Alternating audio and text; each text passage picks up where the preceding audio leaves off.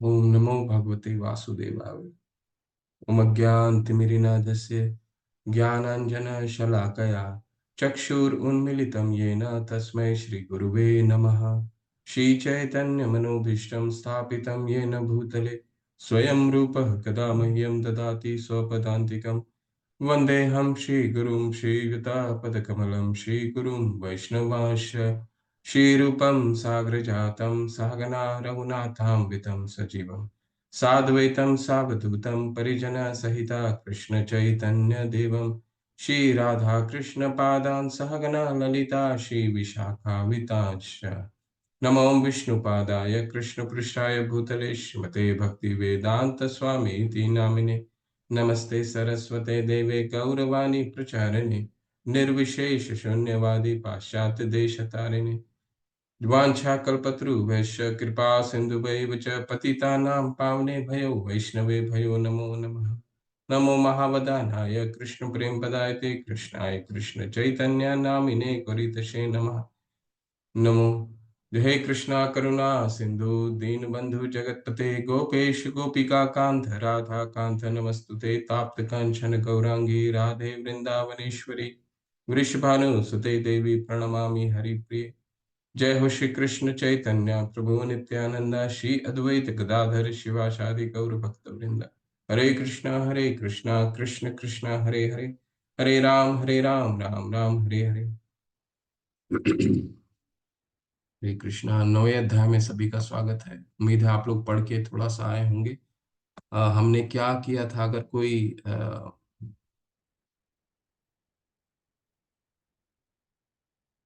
बताना चाहता है तो बता सकते हैं कि हमने नवे अध्याय में अभी तक क्या क्या पढ़ा है। कोई रिकैप करना चाहते हैं तो कर सकते हैं, नहीं तो मैं करता हूँ।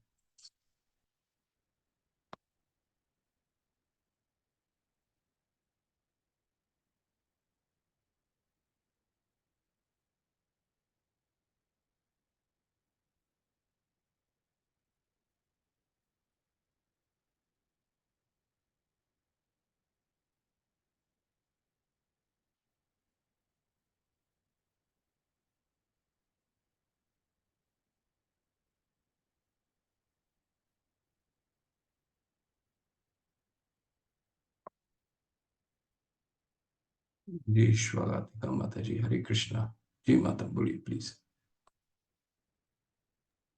हरे कृष्ण प्रभु जी। हरे कृष्ण माता।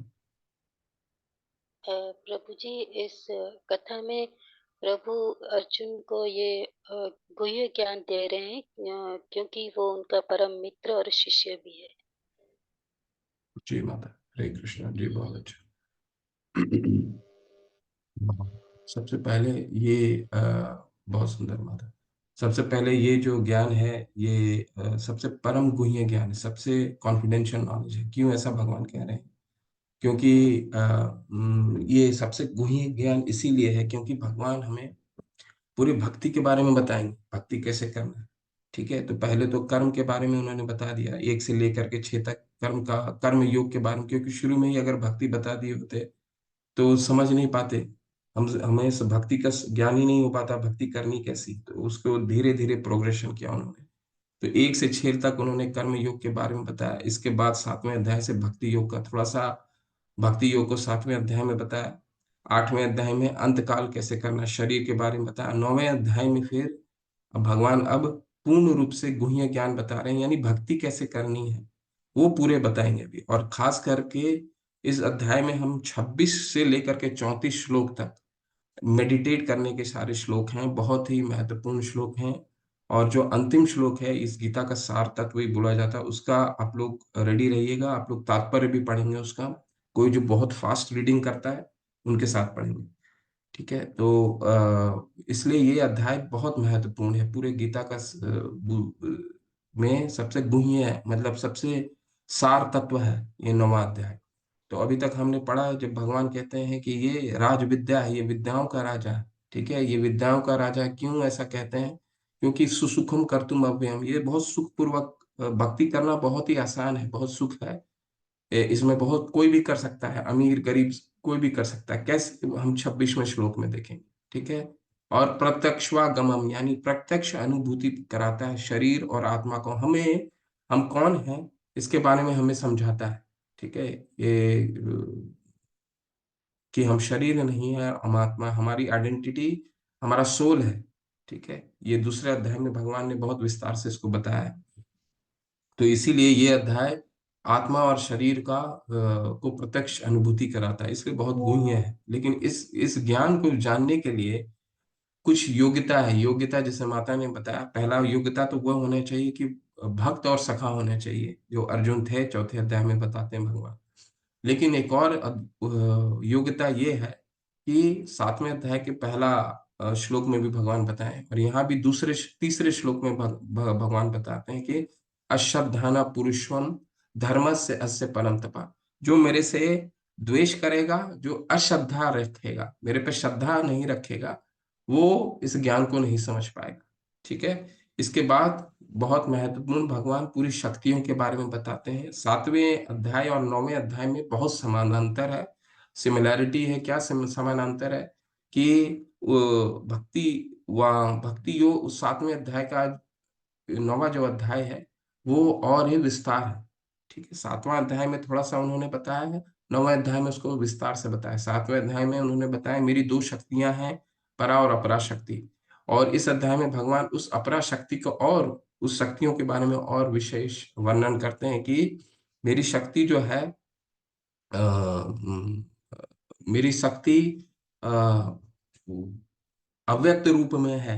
मैं फिजिकली हर जगह प्रेजेंट नहीं रहता, हर जगह मैं नहीं जा करके अपनी शक्तियों का प्रदर्शन करता हूँ। तो कैसे करता हूँ? अप्रत्यक्ष रूप में। ठीक, अप्रत्यक्ष रूप में कैसे? अपने शक्तियों के जैसा शक्तियों के जैसा, जैसे कोई भी कंपनी, सरकार सरकार आपके पूरे दुनिया, पूरे देश में सरकार राज्य करती है। आपके शहर में मेट्रो चलता है, आपके शहर में सड़कें चलती हैं, सड़कें बनती हैं। तो सड़क क्या है? तो सड़क आप देखते हैं क्या सरकार आके बनाती है? नहीं, सरकार अपनी शक्तियों के द्वारा, चाहे वो उनकी शक्ति, उनके कर्मचारी हो, सामग्री हो, शक्ति है। सरकार फिजिकली हर जगह नहीं जाती है। जैसे आपके शहर में मेट्रो चलती है, आपके शहर में गाड़ियां चलती हैं, ठीक है, आपके शहर में ट्रेन चलती है। तो वो क्या है? अगर आप मेट्रो को देखिएगा तो मेट्रो क्या है? मेट्रो सरकार की एक शक्ति के रूप में आपके शहर में है, जो आपको सुजोग देती है। ठीक उसी तरह भगवान हर जगह फिजिकली नहीं जा सकते, फिजिकली नहीं जाते, वो तो कण कण में रहते हैं, लेकिन अपनी शक्तियों के द्वारा व्याप्त हैं। ठीक है, और अंततः 10वें श्लोक में हमने क्या पढ़ा कि ये जितनी चर और अचर हैं, चलने वाले और अचर नहीं चलने वाले, वो मेरे अध्यक्षता में ही कार्य कर रहे हैं। कुछ भी चीज इस दृश्य जगत में जो हम देख रहे हैं, वो कोई भी दृश्य जगत में ऑटोमेटिक नहीं है। कोई चीज, सूर्य का उदय होना, चंद्र का प्रकाश होना, ये बारिश होना, गर्मी आना, ठंडा आना, कोई भी कुछ भी ऑटोमेटिक नहीं है। सब भगवान की अध्यक्षता में कार्य करती है। ठीक है, मया दक्षिण प्रकृति सूयते सचराचरम हेतु नानी न कौंतेय जगत भी परिवर्तते। ऐसा कोई भी चीज नहीं है चलने वाली या अचल जो इस जगह जो है मेरे अध्यक्षता के बिना कार्य कर रही। सब भगवान कंट्रोल करते हैं। ठीक है, यहां तक हमने पढ़ा। अब आगे पढ़ने वाले हैं सा अभी से लेकर के 11वें अध्याय से लेकर के 11वें श्लोक से लेकर के, जैसे हमने 7वें अध्याय में क्या पढ़ा था? 7वें अध्याय में दो प्रकार के लोग के बारे में पढ़ा था। एक जो भगवान के शरण ग्रहण करते हैं, और दूसरे जो भगवान की शरण ग्रहण नहीं करते। ठीक है, जो नहीं ग्रहण करते हैं वो कौन कौन से थे? न माम दुष्कृतनो मूढ़ा प्रपदन्ते नराधमा माया अपहृत ज्ञान आसुरम भावम आश्रिता। आप लोग सब लोग जानते होंगे कि मूर्ख, ठीक है, मूर्ख हो गए, और नराधम हो गए, माया अपहृत ज्ञान और आसुर, ये चार लोग नहीं करता। अब इसी को और विस्तार करते हैं अगले कुछ श्लोकों में, इसका और विस्तार करेंगे भगवान। और कौन लोग शरण ग्रहण करते हैं, इसमें एक स्टेप आगे चलते हैं भगवान और कह रहे हैं महात्मा किसे कहते हैं। उस वाले में तो 7वें अध्याय में चार प्रकार के लोग क्या थे, कहीं ना कहीं वो भगवान से कुछ चाहते थे। लेकिन यहाँ पे उन दुष्टों के बारे में चर्चा करेंगे और महात्मा, के बारे में चर्चा करेंगे, ठीक है। बहुत अच्छा श्लोक आने वाला है अभी। अभी पहले मूर्खों के बारे में पढ़िए। जो वहां पे बताया था उन्होंने, क्या मूर्ख, अधम, नराधम। अब उसी का एक्सटेंशन पढ़िए। अब जानन्ति मां मूढ़ा मानुषी तनुमाश्रितम् परम भावम जानन्तो मम भूतम ईश्वरम।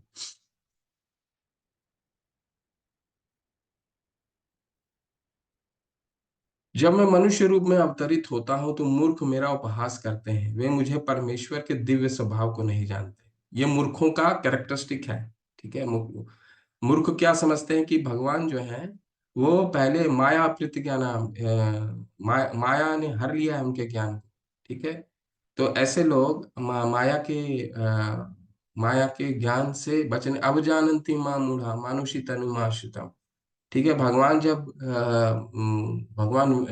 जब आए थे यशोदा माँ के, यशोदा जब बाल रूप में थे तो क्या, तो जो मूर्ख थे, जो असुर थे, वो क्या समझते थे, यार ये तो माखन, ये कैसे, ये तो अलौकिक पुरुष हो ही नहीं सकता, अलौकिक है ही नहीं ये बालक, ये तो माखन चुरा के खाता है, बाल गोपाल के साथ खेलता है, तो ये तो कुछ ऐसी लीलाएं तो करता ही नहीं है जो अलौकिक हो।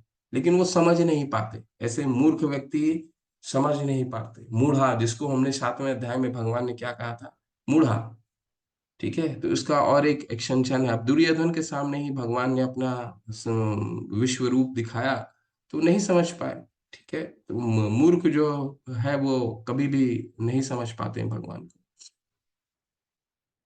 लेकिन नहीं समझ पाने के कारण उनका एंड पॉइंट, गंतव्य क्या होता है, ठीक है। भगवान को नहीं समझने से क्या उन पे प्रतिक्रिया होती है, वो कितना भी कुछ कर लें, भगवान कहेंगे कुछ नहीं उनको प्राप्त होने वाला है। देखिए इस श्लोक में, मोगाशा मोग कर्मानो मोघ ज्ञाना विचेतसा राक्षसीम आसुरीम चैवा प्रकृति मोहिनी जो लोग इस प्रकार मोहग्रस्त होते हैं वे आसुरी तथा नास्तिक विचारों के प्रति आकृष्ट होते हैं, रहते हैं।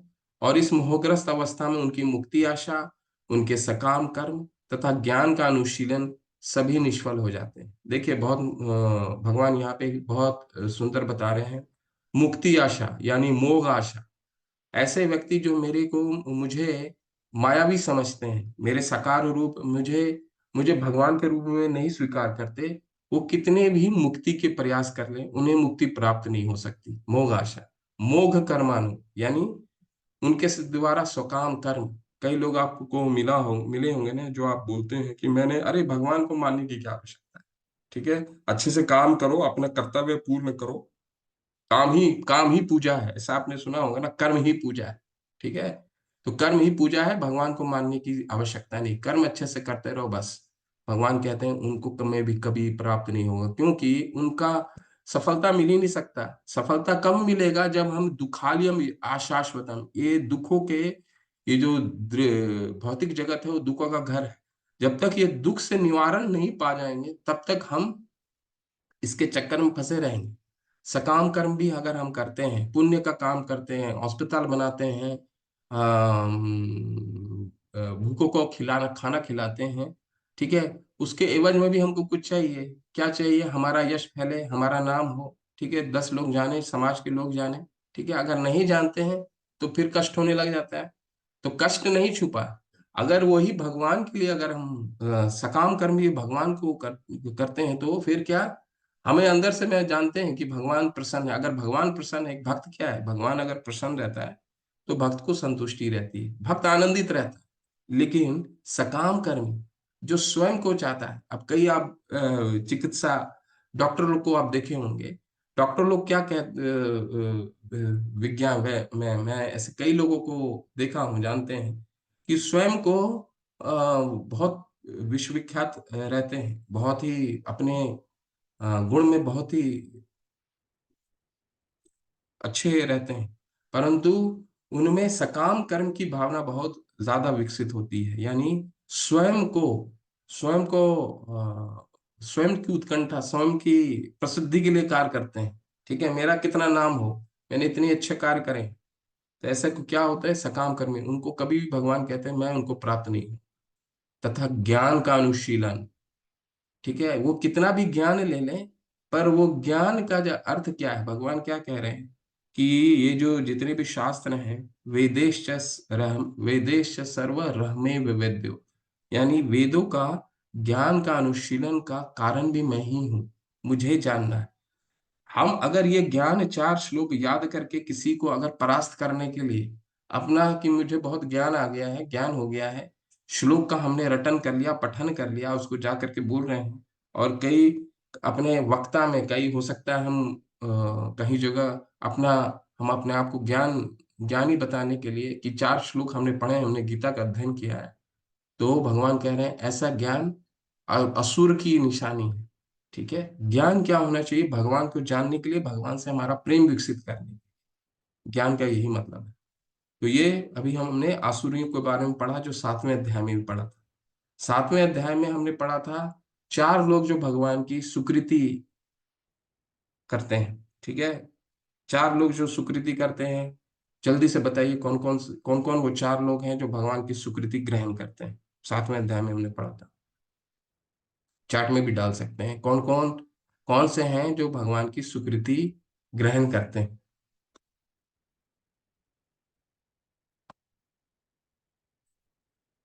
ठीक है, चलिए। आर्थो अर्थार्थी हरे जिज्ञासु। कृष्णा प्रभु जी। जी जी, बोलिए बोलिए बोलिए प्लीज। हरे कृष्ण माता जी। धन के इच्छुक, जिज्ञासु, ज्ञानी और भक्ति है शायद। ठीक, ठीक है। आर्तो अर्थार्थी आर्तो अर्थार्थी ज्ञानी च भरत ऋषभ, चार होते हैं आर्तो, जिज्ञासु, अर्थार्थी और ज्ञानी। आर्तो मतलब जिनको तकलीफ है भगवान को पुकारते हैं, जिज्ञासु जो भगवान के प्रति जानने के जिज्ञासु हैं, इच्छा है, और जो तीसरा होता है जो भगवान का भगवान से कुछ चाहता है, धन चाहता है। ठीक है, और चौथा ज्ञानी। अब उससे एक स्टेप आगे जा रहे हैं। ठीक है, अब महात्मा हमने शब्द का बहुत उपयोग किया है अपने भौतिक जीवन में, कई जगह महात्मा, हम बहुत लोगों के महात्मा बोलते हैं। ठीक है, महात्मा का क्या परिभाषा है वो हम समझते हैं। महात्मा नस्तु मां पार्थ देवीं प्रकृति माश्रिता भजंत अनन्य मनसो ज्ञात्वा भूतादिमव्ययम्। हे पार्थ, मोह मुक्त महात्मा जन देवी प्रकृति के संरक्षण में रहते हैं। वे पूर्णतया भक्ति में निमग्न रहते हैं, क्योंकि वो मुझे आदि तथा अविनाशी भगवान के रूप में जानते हैं। ठीक है, महात्मा का आपको हमको परिभाषा मिल गया। महात्मा लोग कौन होते हैं? महात्मा लोग वो होते हैं जो भक्ति में निमग्न रहते हैं, क्योंकि वे मुझे आदि और अविनाशी रूप में जानते हैं। श्रील प्रभुपाद भगवान की भक्ति में निमग्न थे। ठीक है, कितना भी संकट आया, 40 वर्ष उन्होंने स्वयं संघर्ष किया। ठीक है, परिवार अंत अंत में जब परिवार वालों ने भी उनको एक तरह से उनको उनको एक्सेप्ट नहीं कर रहे थे, परिवार वाले भी। जब अंत हो गया, 52-54 वर्ष के हो गए, जब हर जगह भगवान का प्रचार के लिए जाया करते थे, उस समय उनका बिजनेस कम हो गया। तो जब वापस लौट करके, झांसी से वापस लौट करके अपने घर में गए, जब उनके पास बिल्कुल पैसे की निर्धन हो गए थे, कुछ नहीं था। ठीक है, मंदिर स्थापना करने के लिए एक झांसी गए। झांसी में कुछ शुरुआत में सफलता भी प्राप्त हुई, पर अंत में जाकर के वहां भी विफलता, क्योंकि पैसा नहीं था। ठीक है, पैसा नहीं था। और उसी समय जो इलाहाबाद में छोटा सा उन्होंने बिजनेस उनका चल रहा था, उस बिजनेस में भी चोरी हो गया। 7,000 रुपया था, वो 7,000 भी चोरी हो गया। आज से 60-70-80 समझिए कब की बात है, 1950 के आसपास की बात है। 50 में अब सोचिए, 7,000 रुपये भी बहुत होते हैं, वो भी चोरी हो गए। तो निर्धन हो गए। अब निर्धन होने के बाद एक छोटा सा उनका जो छोटा बेटा है, वो कलकत्ता में बिजनेस चलाता था, तो उन्होंने सोचा कि ठीक है, बेटे के साथ कुछ जाकर के काम कर लेते हैं, थोड़ा पैसा कमाते हैं और फिर वापस झांसी में आए। लेकिन जब वहां वापस गए अपने घर, तो उनके परिवार भी, उनकी खुद स्वयं की पत्नी ने उनको एक्सेप्ट करने से मना कर दिया। ठीक है, और पांडुलिपि में उन्होंने अपने जीवन भर की जो श्रीमद् भागवतम का उन्होंने हाथ से लिखा था, उसका रूपांतर लिखा था, जिसको वो छपवाने के लिए इच्छुक थे। पैसे नहीं थे तो छपवाना मुश्किल हो रहा था, छपवा भी नहीं पाते थे। तो उनकी पत्नी ने वो पांडुलिपि को भी पेपर वालों को बेच दिया था। क्यों? क्योंकि वो चाय बिस्कुट नहीं था घर में, तो चाय बिस्कुट के लिए उन्होंने वो बेच दिया था। तो लेकिन कभी भी इतने संघर्ष के बाद भी वहां उन्होंने घर का त्याग किया, इसके बाद भी उन्होंने भगवान और अपने उनको भगवान पे उनका विश्वास उतना ही दृढ़ होता गया, उतना ही दृढ़ होता गया। ठीक है। और कुछ भी नहीं था, 40 रुपए लेकर के जब अमेरिका निकले, तो ये भी नहीं मालूम था कि कौन वहां लेने आएगा, कौन नहीं लेने आएगा। ठीक है। तो ये महात्मा की निशानी है। महात्मा हर समय भगवान की भक्ति में निमग्न रहते हैं, पूर्ण फेथ रहता है कि भगवान जो करेंगे वो ठीक ही होगा। सततम और क्या करते हैं महात्मा लोग की, और क्या निशानी है? सततम कीर्तयन्तु माम यतियन्तश्च दृढ़व्रता नमस्तस् नमस् नमस्यन्तश्च माम भक्त्या नित्य युक्ता उपासते। सततम निरंतर कीर्तन करते हैं, मेरी निरंतर कीर्तन करते हैं। यतियंतश्च दृढ़व्रता, अपनी भक्ति में दृढ़ रहते हैं, मेरा निरंतर कीर्तन करते हैं, भक्ति में दृढ़ भी रहते हैं। ठीक है। कोई चीज विचलित नहीं कर पाती। ऐसा नहीं है कि वो सब कुछ को त्याग देते हैं, परंतु ऐसा ये भी नहीं है कि कभी भी उनको भगवान पे श्रद्धा समाप्त होता है, चाहे कितना भी संघर्ष करना पड़े। ठीक है। संघर्ष संघर्ष वो क्यों करते हैं? क्योंकि संघर्ष में भक्ति जो है, अब हमारे में ये बहुत लोगों का प्रश्न होता है कि भगवान के भक्त क्यों संघर्ष करते हैं, वो तो भगवान उनसे प्रसन्न होते हैं। ठीक है। तो भगवान की भक्ति करना आसान है, पाना भगवान इतनी आसानी से अपनी भक्ति देते नहीं। ठीक है। तो हमें उस पर दृढ़ रहना है। ठीक है। अगर 16 माला करना है, 7 बजे क्लासेस अटेंड करनी, तो दृढ़ रहना है, बिल्कुल दृढ़ रहना। सारा कार्य को एक साइड कीजिए। इस समय क्लास 1 सवा घंटा कीजिए, सुबह उठ करके माला कीजिए, दृढ़ रहिए। 2 माला करते हैं, शांति से मन में बैठ करके, कभी चलते हुए मत कीजिए, एकदम बैठ करके। ठीक है। एकदम बैठ करके मन जितना भी विचलित होना चाहिए विचलित होने दीजिए उसको, दृढ़ रहिए। ठीक है। सततम कीर्तयन्तो माम यतियंतश्च दृढ़ व्रत। और क्या करते हैं वो? नमस्यन्तश्च माम भक्तिया, मुझे नमस्कार करते हैं, नित्य युक्त उपासते, और मेरी नित्य मुझे उपासता है, नित्य भजते हैं। यह महात्मा मेरी महिमा की नित्य कीर्तन करते हुए, दृढ़ संकल्प के साथ प्रयास करते हुए, मुझे नमस्कार करते हुए भक्ति भाव से निरंतर मेरी पूजा करते, पूजा करना नहीं छोड़ते। ठीक है। दोबारा एग्जाम्पल प्रभुपाद जी का देता हूँ। जब अटारी करके जगह में उनको जगह मिला, तो उन्होंने बहुत प्रयास किया कि मंदिर, वहां एक मंदिर खोला जाए। परंतु उन्होंने भारत सरकार को बहुत बार लिखा, कई उद्योगपति को भारत में लिखा, अपने जो पूर्व जो उनका मठ था उस मठ को भी लिखा, यहाँ किसी न किसी तरह से शुरुआत किया जाए। क्योंकि भक्ति सिद्धांत सरस्वती ठाकुर जो उनके गुरु थे, उनका ये था कि विदेशों में जाकर के भगवान का प्रचार प्रसार होना चाहिए। ठीक है। क्यों? क्योंकि भगवान चैतन्य का ही ये ऑब्जेक्टिव था। पृथ्वी ते आछि जो तो नगर आदि ग्राम, पृथ्वी से जितना नगर आदि ग्राम है, सर्वत्र प्रचार होले मोरा नाम, मेरा हर जगह प्रचार होना चाहिए। ऐसा चैतन्य प्रभु का, महाप्रभु का मिशन था कि पृथ्वी में जितना है नगर और ग्राम, जितना नगर है, गांव है, हर जगह मेरे नाम का प्रचार होना चाहिए। तो भक्ति सिद्धांत सरस्वती ठाकुर ने उनको दिया था रूपाल जी को कि तुम जाओ, जितने भी इंग्लिश स्पीकिंग लोग हैं उनके उनके उनको प्रचार करो। बहुत प्रयास किया उन्होंने, मंदिर नहीं मिला। ठीक है। तो जो जहां रहते थे, बाद में उन्होंने सोचा कि इसको ही मंदिर में कन्वर्ट कर देते हैं। ठीक है। लेकिन जिसके साथ वो जगह में वो शेयर करते थे, वो डेविड बोल करके था उनका नाम, भक्त था। पहले तो भक्त नहीं था, हिप्पी था। वो इतना ड्रग लेता था, इतना ड्रग्स लेता था, समझिए। उनके साथ एक कमरे में भाग करके रहते थे, एक भाग में वो रहते थे, एक भाग में वो रहते थे। इतना ड्रग लेता था कि एक दिन उन पे चिल्ला बैठा, और इतना, क्योंकि नशे में इतना चिल्ला दिया कि प्रभुपाद जी भयभीत होकर के बाहर चले गए। ठीक है।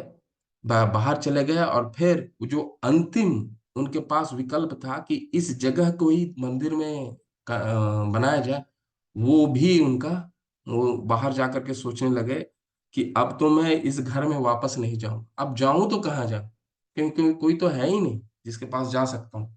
और मंदिर बनाने का जो उनका ऑब्जेक्टिव था वो भी लग रहा था विफल हो रहा है। ठीक है, परंतु क्या था, कीर्तन और दृढ़ के साथ प्रयास करना उन्होंने छोड़ा नहीं। ठीक है, फिर एक जगह और मिला, वो मैं और कथा में आपको बताता रहूंगा। तो निरंतर महात्मा क्या क्या निशानी होते हैं, एक तो देवी के प्रकृति में रहता है, महात्मा नस्तु माम पार्थ देवी प्रकृति देवी प्रकृति महाशिता भजंत अनन्य मनसु। ठीक है, वो सततम कीर्तन करते हैं, भगवान को भजते हैं, दृढ़ता पूर्वक भगवान की भक्ति करते हैं। ठीक है, दृढ़ रहते हैं, कहीं हिलते नहीं हैं।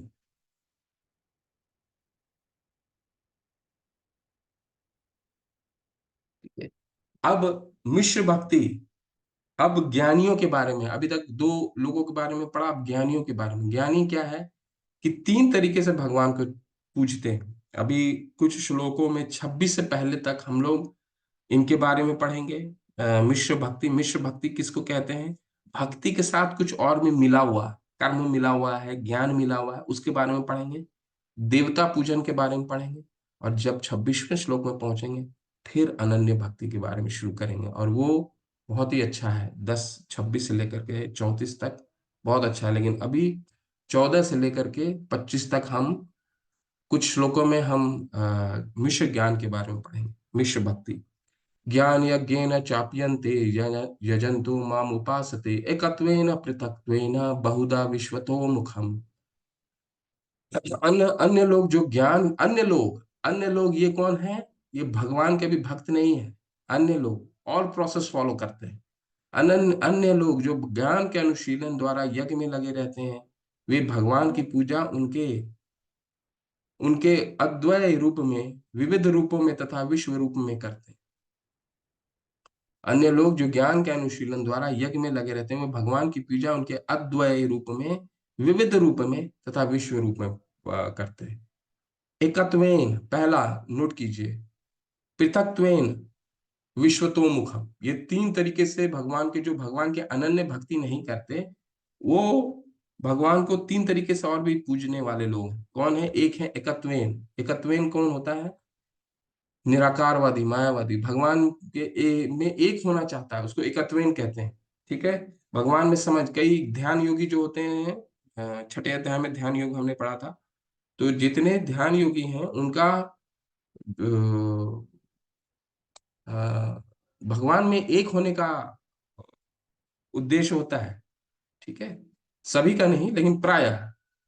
पृथक्त्वेन, पृथक्त्वेन का क्या मतलब है, पृथक्त्वेन का मतलब है जो अन्य अन्य भाव से देवताओं की पूजा करते हैं, श्रद्धा रखते हैं, लेकिन उनका श्रद्धा कहीं और रहता है। ठीक है, कामस्तैस्त हृत ज्ञान अन्न प्रपदन्ते अन्य देवता, हमने 7वें अध्याय में पढ़ा था ना, जिनका काम द्वारा कुछ चाहिए, तो इनसे मिलना है, इनसे मिलना है, इनसे मिलना है, उसको पृथक्त्वेन बोलते हैं, पृथक, अलग। और विश्वतोमुखम, विश्वतोमुखम, मुझे विश्व रूप में जो जो पूजते हैं। विश्व रूप को हम लोग 11वां 11th चैप्टर में बहुत डिटेल में पढ़ेंगे, परंतु यहाँ आगे के अध्याय में हम ये तीनों के बारे में पढ़ने वाले हैं। पहले तो विश्वतोमुखम के बारे में पढ़ेंगे, एकत्वेन के बारे में हम लोग 12वें अध्याय में पढ़ेंगे, लेकिन अभी नंबर 1 इसके बारे में, विश्वतोमुखम और पृथक्त्वेन, देवता पूजन। विश्वतोमुखम किसको बोलते हैं, पृथक्त्वेन किसको बोलते हैं, ये पढ़ते हैं, चलिए। विश्वतोमुखम, विश्वतोमुखम भगवान का विश्व रूप, उस रूप में, वैसे भगवान का भक्त उस रूप को नहीं चाहता है, फिर भी उस रूप में क्या मिलता है 11वें अध्याय में हम लोग डिटेल में पढ़ेंगे, परंतु अभी सारांश पढ़ लेते हैं। अहम, अहम क्रतु अहम यज्ञ स्वधा अहम, स्वधा अहम अहम औषधम मंत्रो अहम एव आजयम अहम अग्नि अहम हुतुम। किंतु मैं ही कर्म कांड में, मैं ही कर्म कांड, मैं ही यज्ञ, पितरों को दिया जाने वाला अर्पण, औषधि, दिव्य ध्वनि, घी, अग्नि तथा आहुति, ये सब जितने हैं कि भगवान को ध्वनि के रूप में, भगवान को मंत्र के रूप में, भगवान को अग्नि के रूप में, भगवान को आहुति करो, ये भगवान की शक्तियां हैं। विश्व तो मुखम है, ठीक है, शक्तियां हैं। ये भगवान के, भगवान नहीं है लेकिन उनकी शक्ति है। अगर उसी को ही हम भगवान समझ लें तो यानी हम एक भगवान का विश्व रूप, भगवान का रूप को पूज रहे हैं। ठीक है, ये विश्व तो मुखम का डेफिनेशन है। भगवान की शक्तियों को देखिए दूसरा तरीके से कैसे हो। पितामह से जगतो माता धाता पितामह, वेदम पवित्रम ओंकार ऋक्साम यजुरेव च। मैं इस ब्रह्मांड का पिता, माता, आश्रय तथा पितामह। मैं ज्ञेय जानने योग्य हूँ, शुद्धिकर्ता तथा ओंकार हूँ। मैं ऋग्वेद, सामवेद तथा यजुर्वेद भी हूँ। भगवान सबके पिता है और माता है, इसमें कोई, अब भगवान स्वयं कह रहे हैं। तो अगर हम सबको ये समझ में आ जाए, पूरे प्रभुपाद जी कहते थे कि अगर सबको हमने इस विश्व में सबको ये समझा दिया कि भगवान ही सबके माता और पिता है, तो इस विश्व में द्वेष, ईर्ष्या, लड़ाई झगड़ा सब कितना कम हो जाएगा बताइए। ठीक है, अगर सबको पता चल जाएगा कि हमारे पिता और माता एक ही हैं, हम एक ही माता पिता के सारे अंश हैं, तो हमें फिर युद्ध करने की प्रबल, युद्ध करना, हमें झगड़ा करना तो खत्म ही हो जाएगा। आज के देख में, आज के तारीख में देखिए, हर देश, कितने देश आपस में लड़ाई कर रहे हैं। देश छोड़िए, हम अपने देश में ही रहते हैं, एक देश, एक प्रांत दूसरे प्रांत को बोलता है ये प्रांत अच्छा है, ये प्रांत अच्छा है, ये नॉर्थ इंडिया है, ये साउथ इंडिया है, ये ईस्ट इंडिया है, ये वेस्ट इंडिया है, यहाँ पे ऐसे लोग होते हैं, यहाँ पे ऐसे लोग होते हैं, यहाँ पे ये विकास है, वहाँ वो विकास नहीं है ना, ऐसे लोग कहते हैं। ठीक है, बाहर जाइए, हर तरह का वाद है, कहीं राष्ट्रवाद है, कहीं जातिवाद है, कहीं आपका रेसिज्म है। हर तरह का वाद जो क्रिएट है वो क्यों है? वो इसका कारण एक ही है, क्योंकि हमको लगता है हम उनसे सर्वश्रेष्ठ हैं। ठीक है, हम कुछ और हैं, ये कुछ और। भगवान कह रहे हैं कोई श्रेष्ठ नहीं है, सबके पिता मैं ही हूँ। ठीक है, प्रभुपाद जी ने सिर्फ इस चीज को बताया ही नहीं, इस चीज को अपने संस्था में इम्प्लीमेंट भी करके। एक सी आंच में बनेगा। म्यूट रखिए प्लीज आप लोग। आप इस्कॉन में कई संस्था में जाएंगे तो वहां पे हर प्रांत के लोग आपको दिखेंगे, चाहे वो किसी भी देश में, हर देश में के लोग आपको मिलेंगे। ठीक है, वो चाहे वो रशियन हो, चाहे वो मुस्लिम हो, चाहे वो सिख हो या क्रिश्चियन हो, अ, कहीं भी, हर जगह एक ही छत के नीचे रहते हैं, क्योंकि उनको मालूम चल गया है कि उनके माता पिता क्या है, एक ही है।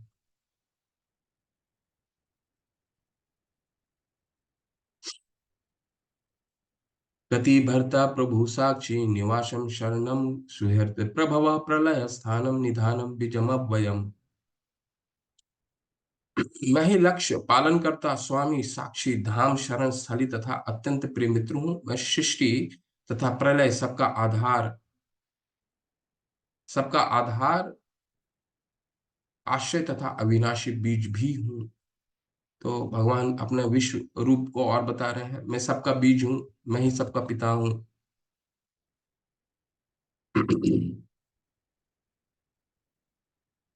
तापमयम वर्ष, तापमी अहम अहम वर्षम निग्रहामि उत्सृजामि च। अमृत च मृत्युश्च सत आसत च अहम अर्जुन। हे अर्जुन, मैं ही ताप प्रदान करता हूँ और वर्षा को रोकता तथा लाता हूँ। मैं अमरत्व हूँ और साक्षात मृत्यु भी हूँ। आत्मा और पदार्थ, सत और असत दोनों मुझी में है। तो ये सब हम 11वें अध्याय में और विस्तार से पढ़ेंगे। 11वें अध्याय इस विराट रूप पे ही है, लेकिन ये विराट रूप जो है भगवान की अनन्य भक्ति नहीं कही जाती। विश्वतोमुखम, एकत्वेन पृथक्त्वेन विश्वतोमुखम, ये तीन तरीके के जो चीज हैं, ये भगवान की भक्ति, मिश्र भक्ति है। कि भगवान को हम सभी के, भगवान को हम वर्षा के रूप में, वर्षा लाने वाले के रूप में, विश्व रूप में देखें, विराट रूप में देखें। त्रिविधा माम सोमा पापूत पापा त्रिविधमं सोमपा पूतपा यज्ञरिष्ट्वा स्वर्गति प्रार्थायनते ते पुण्यमासाद सुरेंद्र लोके मश्यन्ति दिव्यान दिव्य देव भोगान। जो वेदों का अध्ययन करते तथा सोमरास का पान करते हैं वे स्वर्ग प्राप्ति। अब पृथक्त्वेन, अभी तक तो हमने विश्वमुखम के रूप में भगवान को पढ़ा कि भगवान पितामहस्य जगतो माता धाता पितामह है, भगवान सबके पिता है माता है। ठीक है, उस रूप में बहुत लोग भगवान को आराधना करते हैं, भगवान को ओंकार के रूप में आराधना करते हैं, भगवान को ऐसे व्यक्ति, ऐसे दिव्य पुरुष के रूप में आराधना करते हैं जो बारिश लाता है, जो चंद्रमा का प्रकाश देता है। ठीक है, वो विश्व रूप है। अब पृथक्त्वेन, पृथक्त्वेन का क्या मतलब? पृथक, भगवान का, भगवान पे श्रद्धा नहीं है, अभी भगवान के अंशों पे श्रद्धा है, देवताओं पे श्रद्धा है, पृथक। जो वेदों का अध्ययन करते तथा सोमरस का पान करते हैं वे स्वर्ग प्राप्ति की गवेषणा करते हैं, अप्रत्यक्ष रूप से मेरी पूजा करते हैं। वे पाप कर्मों से विशुद्ध होकर इंद्र के पवित्र स्वर्गिक धाम में जन्म लेते हैं, जहां वो देवताओं का सा आनंद भोगते हैं। ठीक है, इसके अगला श्लोक पढ़ते हैं, फिर आपको बता दूं। ते तं भुक्त्वा स्वर्गलोकं विशालं क्षीणे पुण्यमत्त लोके विशन्ति एवं त्रियधर्म अनुप्रपन्ना गतागतम काम कामा लभन्ते। बहुत सुंदर है, क्षीणे पुण्यमत्त लोके विशन्ति। इस प्रकार जब वे उपासक विस्तृत स्वर्गिक इंद्र सुख का भोग लेते हैं और उनके पुण्य कर्म के फल क्षीण हो जाते हैं तो वे मृत्यु लोक में पुनः लौट आते हैं। इस प्रकार जो तीन वेदों के सिद्धांतों में दृढ़ रहकर इंद्र सुख की गवेषणा करते हैं उन्हें जन्म मृत्यु के चक्र ही मिल पाता है। ठीक है, इसका, ठीक है, तो यहाँ पे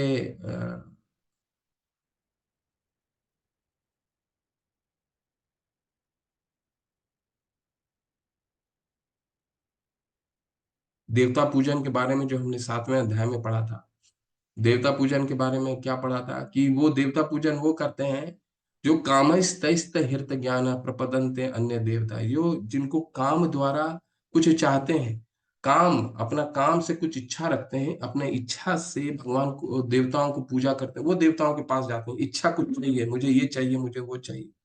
ठीक है, लेकिन इसमें एक बहुत महत्वपूर्ण बात यह है कि भगवान यहाँ बहुत बोल रहे हैं छीने पुण्य मर्त लोके विशंति, लेकिन इनके पास भी जब तक ये पुण्य का कार्य करते हैं, देवताओं की पूजा करते हैं, कोई गलत नहीं है।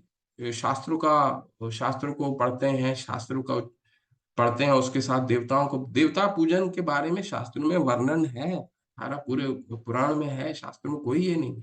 ठीक है, लेकिन इसके इसका भगवान गीता में इसको प्रोत्साहन इसलिए नहीं देते हैं क्योंकि छीने पुण्य मर्त लोके विशंति। ठीक है, 7वें अध्याय में भी हमने पढ़ा था क्या, अंतवंतु फलम तेषाम, उनके द्वारा जो फल दिया रहता है उसका भी छीन हो जाता है, वो भी टेम्पररी है क्योंकि वो स्वयं टेम्पररी है। और यहाँ उस चीज को दोबारा बताया गया है, छीने पुण्य मर्त लोके विशंति। कहने का मतलब क्या है, जब इस तरह के लोग बहुत सारा पुण्य का कार्य करते हैं, देवता को संतुष्ट करते हैं, पुण्य का कार्य करते हैं, तो स्वर्ग लोक में जाते हैं। स्वर्ग लोक में जाने के बाद जब तक उनका बैंक बैलेंस, जब तक आध्यात्मिक बैंक बैलेंस रहता है वहां रहते हैं, फिर ये पृथ्वी पे वापस आ जाते हैं। छीने पुण्य मर्त्य लोके विशंति। मर्त्य लोक किसको कहा जाता है? भूज्ञान को, ये भूगर्भ को, यानी कि पृथ्वी को मर्त्यलोक कहा जाता है। छीने पुण्य, जब इनका पुण्य क्षीण हो जाता है, मोबाइल का रिचार्ज खत्म हो गया तो फिर दोबारा भरवाना पड़ेगा, फिर दुकान में जाना पड़ेगा। तो इनका मोबाइल का रिचार्ज खत्म हो गया, पुण्य का रिचार्ज खत्म हो गया, फिर मृत्यु लोक में दोबारा आ रहे हैं भरने के लिए। ठीक है, इसलिए देवता पूजन भगवान कहते हैं अंतवंतु फलम तेषाम। इसलिए तुम ऐसे इनके पास जाने से तुमको वो टेम्पररी मिलेगा। ठीक है, ये बहुत सुंदर श्लोक है। और इसमें आप दो ऐसे शब्द हैं जो आप बहुत सुनते होंगे, अनन्य चिंतयन्तो माम ये जना पर्युपासते तेषाम नित्य अभियुक्तानाम योगक्षेम वहाम्यहम्। Life insurance of corporation LIC इन दो शब्दों को इस्तेमाल करता है, योगक्षेम वहाम्यहम्। ठीक है, अनन्य चिंतयन्तो माम, ये भगवान अपने भक्तों की किस तरह से सुरक्षा करते हैं वो भगवान बता रहे हैं इस श्लोक के माध्यम से। अनन्य चिंतो, ये जो मेरी अनन्य चिंतन करता है, किंतु जो लोग अनन्य भाव में मेरे दिव्य स्वरूप का ध्यान करते हुए निरंतर मेरी पूजा करते हैं, उनकी जो आवश्यकताएं होती हैं उन्हें मैं पूरा करता हूँ। जो कुछ उनके पास है उसकी रक्षा करता हूँ। आवश्यकताएं होती, जैसी हमको आवश्यकताएं दिखती है तो हमें लगता है अरे भगवान, लगता है हमें जो धन वन की कमी है वो भगवान पूरा करते हैं भगवान पूरा लेकिन अगर हम अगर हमें बिल हम मान लीजिए, उदाहरण के लिए हमें बोला गया कि आप चंदा इकट्ठा करके लाइए मंदिर के लिए, और बिल गेट्स हमको मिल गए। बिल गेट्स के बाद हम जाते हैं, बोलते हैं थोड़ा सा 1,000 रुपया का एक चेक काट के दे दीजिए। तो ये क्या हो गया, हम वो चीज उनसे मांग रहे हैं जो उनसे बहुत कुछ ज्यादा दे सकते हैं, बिल गेट्स। तो भगवान से अगर हमें वो चीजें क्यों मांगनी जो भगवान हमारे हृदय में रह करके हमारे बारे में जानते हैं। ऐसा कुछ नहीं है जो भगवान हमारे बारे में नहीं जानते हैं, हमारी आवश्यकताओं के बारे में नहीं जानते हैं। तो भगवान से हमें वो चीजें नहीं मांगनी है जो अ, हमें भौतिक जीवन के लिए चाहिए। आध्यात्मिक जीवन के लिए जो चाहिए भगवान वो आवश्यकताएं को पूरी करते हैं। ठीक है, भगवान से मांगिए मेरी भक्ति, भगवान मैं 2 माला कर रहा हूँ या कर रही हूँ, मैं इस एकादशी में 1 माला और बढ़ाऊंगी या बढ़ाऊंगा, भगवान आपकी इच्छा को जरूर पूरा करेंगे। और जो हमारे पास है उसकी भगवान रक्षा करते हैं।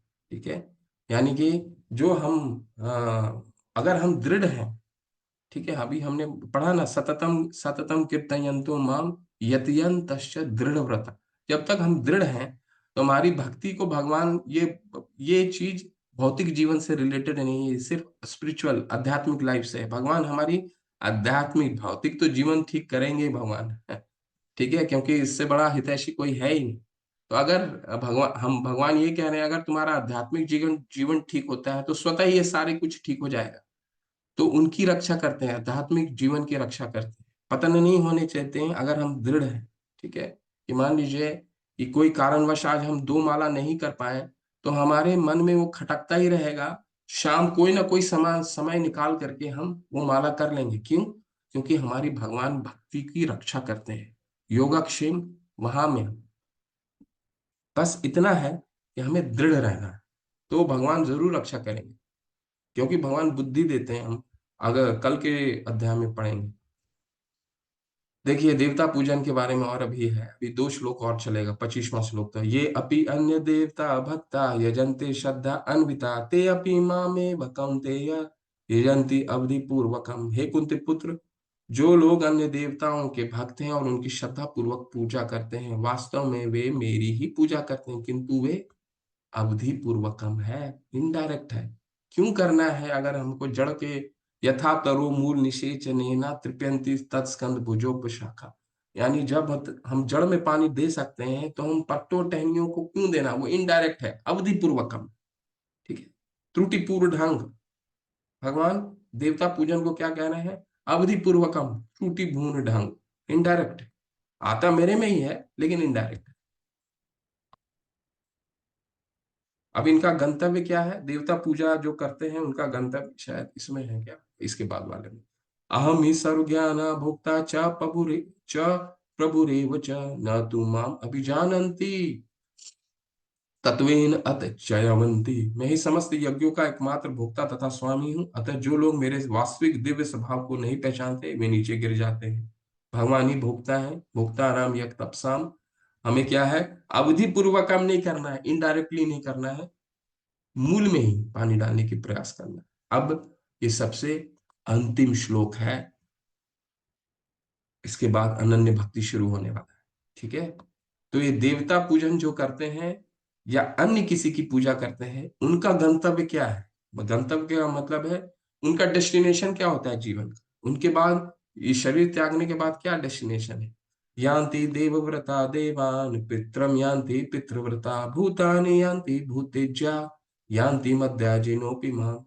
जो देवताओं की पूजा करते हैं वे देवताओं के बीच जन्म लेंगे, जो पितरों की पूजते हैं वे पितरों के पास जाते हैं, जो भूत प्रेतों की उपासना करते हैं वे उन्हीं के बीच जन्म लेते हैं, और जो मेरी पूजा करते हैं वो मेरे साथ निवास करते हैं। जिसकी पूजा करेंगे गंतव्य वही है। ठीक है। अगर आपको याद हो, 8वां अध्याय में हमने पढ़ा था, भगवान का है क्या, क्या है, अंत काले, जो अंत काल में मेरा स्मरण करता है, अंत काले च मामेमा स्मरण मुक्त्वा कलेवरम। दूसरी बात, जो अंत काल में मुझे प्राप्त करता है, याद करता है, मेरे तक पहुंचता है। लेकिन जो जिसको याद करता है वहां पहुंचता है, ये भी दूसरे श्लोक में बताते हैं। ठीक है। आज उसी को भगवान बताएं, देवता को पूजन जो करेगा वो देवलोक को जाएगा, पितरों की जो पूजा करेगा वो पितृलोक को जाएगा। जो चंद्रमा के में रहते हैं वो पितृलोक है। भूतों की जो पूजा करेगा, कई लोग देखे हो हमारे देश में कई जगह ब्लैक मैजिक किया जाता है, वो भूतों की जगह जाएगा। ठीक है।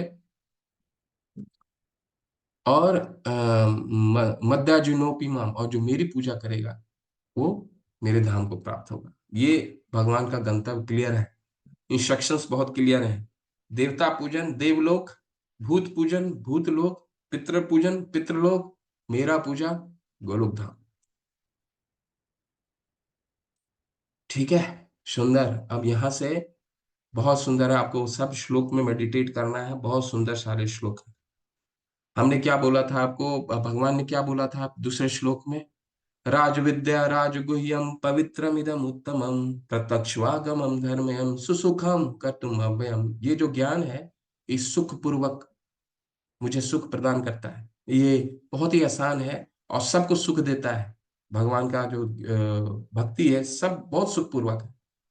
अब इस श्लोक में भगवान बता रहे हैं क्यों, वो कैसे।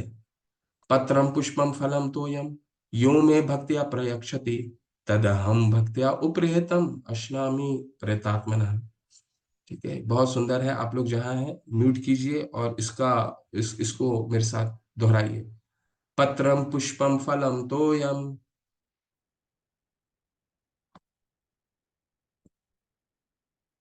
पत्रम पुष्पम फलम तोयम यो मे भक्त्या प्रयक्षति